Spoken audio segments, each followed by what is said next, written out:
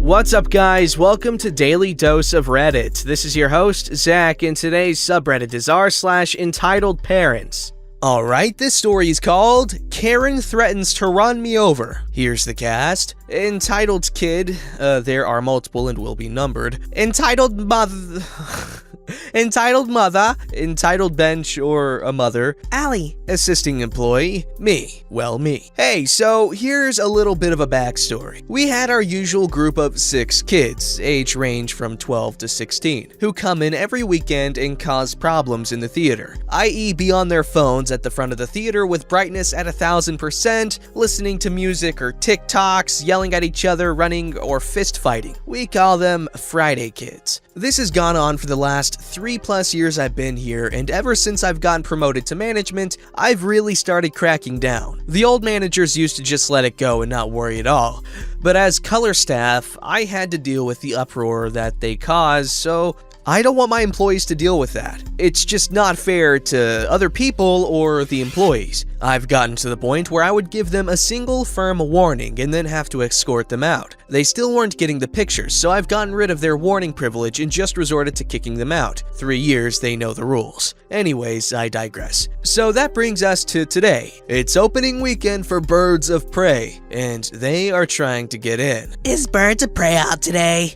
Well, yes, but seeing as none of you are 17 plus, I can't legally let you in. I'm sorry, guys. That's crap. Give me like 6 tickets. Entitled Kid, I'm your neighbor, and I know you're only 12. Racist bench. Excuse me? What's going on? They want to see Birds of Prey? No, I'm sorry, but you have to be at least 17, and I know that the oldest one of y'all is 16. I'm 17. Do you have a school ID so I can verify that? Why the frick would I show you? Then no. This went on for at least 15 minutes, and eventually we got them to settle on Gretel and Hansel. This was to my dismay, because that movie is still relatively new, and I knew it was very busy all day, and I did not want to deal with dragging them out again. Hey, Allie, can you go on door and make sure that the Friday Kids don't jump into Birds of Prey, and let me know if we get a complaint from Auditorium 4 pertaining to them? Sure, no problem. Thanks. I'm gonna be in my office. I have to set up the shows for next week. Not 20 minutes go by, and Allie is in my doorway asking for my help with the Friday Kids. We have had 4 complaints, and the kids were yelling at each other, saying some pretty obscene things that you wouldn't expect from a young group of kids, i.e. shut the frick up, you little N-word. How about you shut your legs, fish fat?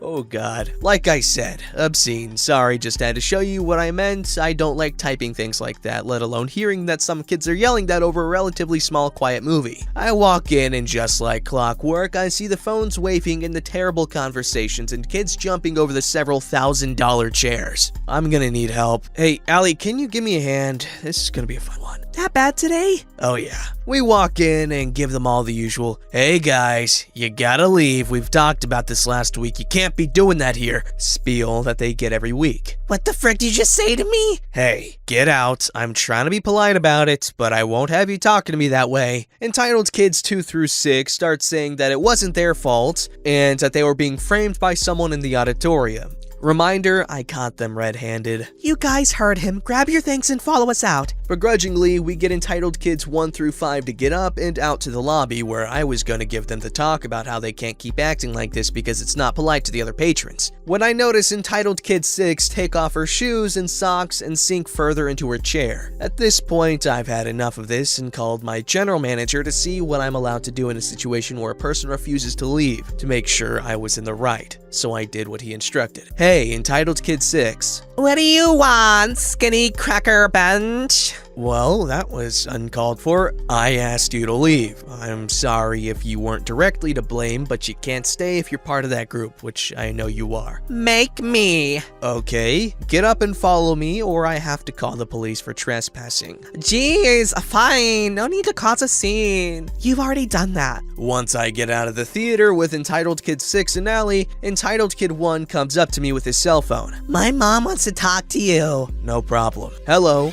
OP speaking. Why the frick did you kick my baby and his friends out? Well, I kicked them out because they were being Bullcrap, my baby is respectful as frick, and you guys are just racist. Ma'am, I don't care about that type of stuff. I kicked them out because I've had several complaints, and now because they've made such a scene in the auditorium, I have to give emergency passes to the entire theater. This happens every frickin' week. You're targeting my kids. Ma'am, I'm not targeting your children. It's just, with a track record like they've made, it's just become a recurring issue. I'm sorry, but they clearly don't know how to behave in this type of environment. Are you calling me a bad mother?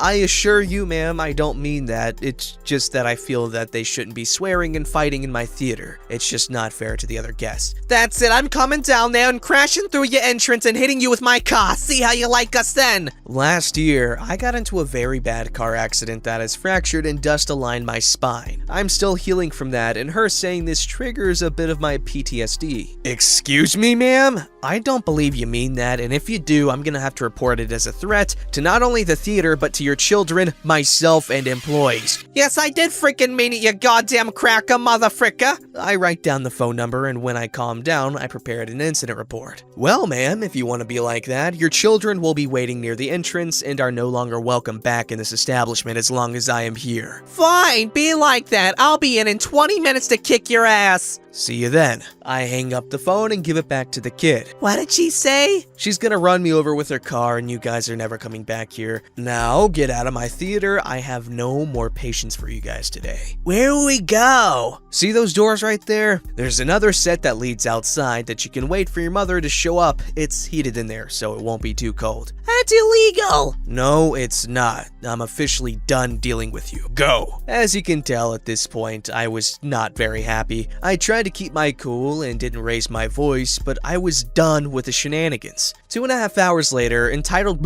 mother finally shows up to get her kids, and one of the kids come back in, saying that his mom wanted to talk to me. Is she in the car? Yeah. Me being 100% done with this, I say, tell her I said nice try. My general manager at this point has to come in to see what the hell was going on and was standing next to me when I said that. Why didn't you give her the number? I'm not endangering myself to hand out a piece of paper so someone can yell lies to my superiors. Sounds fair. Just curious, was I in the wrong here? What would you have done in my situation? Honestly, me personally, I would go outside, and if she tries to floor it, I'd just kinda, dive diagonally towards her direction, sorta. Not directly towards her, but like, slightly to the side. So, I'm impossible to hit, and if she damages someone or something, that's on her. And you look like a badass. This story's called Entitled Kid Kicks My Instrument Out of My Hands and Their Entitled Parent Gets Mad at Me and My Mom. I don't know if this story belongs here, though there is an entitled parent that plays a part in this story. This story took place last November in orchestra class during our preparation for our upcoming camber concert. A camber concert is something my orchestra teacher came up with. It's basically a group project, but in an orchestra, and we are expected to get a piece of music ready for a concert. This was one of those stupid projects where we were allowed to pick who was in our camber group, because leaving a whole bunch of stupid high schoolers unsupervised with their friends along with fragile wood orchestra instruments is definitely a very good idea. Now to what happened. On this day, by the time 6th period came around, my teacher had to leave the school due to one of his kids getting sick. Now, when he left, there was a slight problem. There was no substitute teacher, so he basically left a whole bunch of teenagers unsupervised and expected us not to cause a huge fight and act like chickens with their heads cut off. This was a huge mistake, because in my group, there was one of those crazy kids with half a brain cell, also known as the entitled kid. The entitled kid's girlfriend, she doesn't take part in this, and this really awesome guy, he also doesn't take part in this. One thing to know about this entitled kid is that he loved to annoy and cause conflict with others in the group, mostly with his girlfriend. So with this horrid group that I was dragged into was my friend's entitled kid's girlfriend. Let the dookie tornado begin. Now, entitled kid would cause more conflict than actually play during the rehearsal. Now, on this particular day, I was already fed up with this kid's BS, months, with this being a few days to a week after we started getting in groups, after we picked our piece to play and he had already succeeded with getting on my nerves. With him getting on my nerves so often for his laziness, I was beyond livid with this very special human being. The entitled kid refused to rehearse on this day, and I said something along the lines of, "Put up your crappy instrument and play." In this moment, he lifted his long-ass legs and somehow hit the scroll of my instrument. With the force of the kick, he managed to knock my violin out of my hand, causing the chin rest to smack me in the jaw. The instrument did a whole 180-degree spin in the air and fell from standing height bridge first on the floor. I'm so glad that Victor, my violin's name, didn't break because this was a brand new instrument and was a step up from a student violin.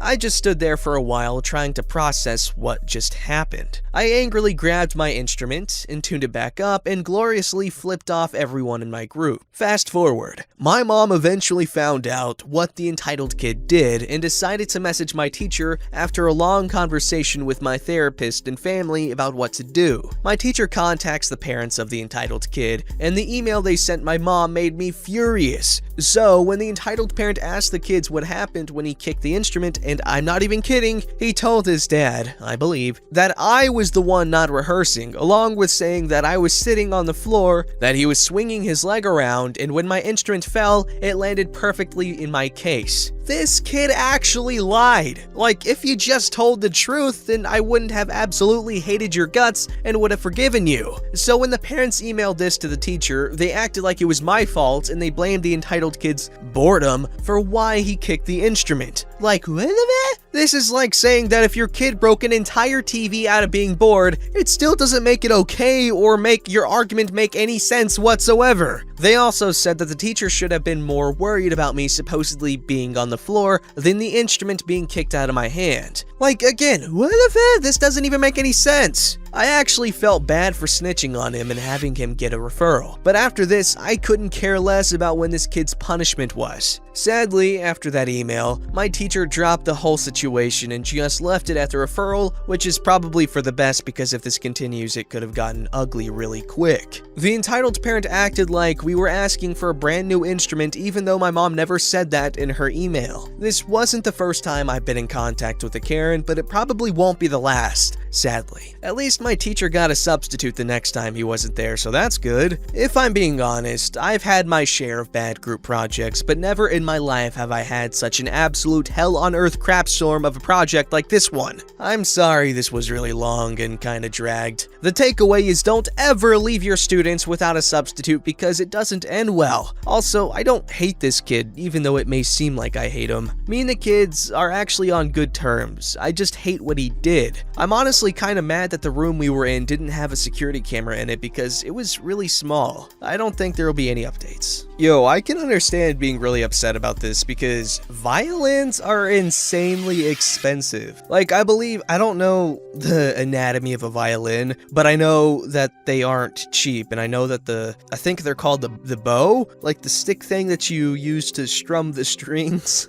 Those can cost hundreds of dollars, I believe, and yeah, they just aren't cheap instruments. And they're also like insanely hard to learn, but you know, that's obvious. But yeah, don't leave kids unsupervised like that. I mean, in my case, we were often left alone in wood shop because the teacher there he trusted us a lot and we appreciated that, and everyone loved wood shop, so we took the class seriously. I mean, sure, we had fun and there was a lot of people goofing off at times. However, it wasn't ever out of hands. Like, he would let us go to the restroom without permission, go get water without permission, and he was cool with it, mostly because he probably just didn't want the responsibility because he had a lot of other stuff to do. But, you know, we all listened, we all did a good job, it was a great class. But it was a small school, and everyone knew each other, everyone was friends with each other, so it could be different in other people's cases. It most definitely is.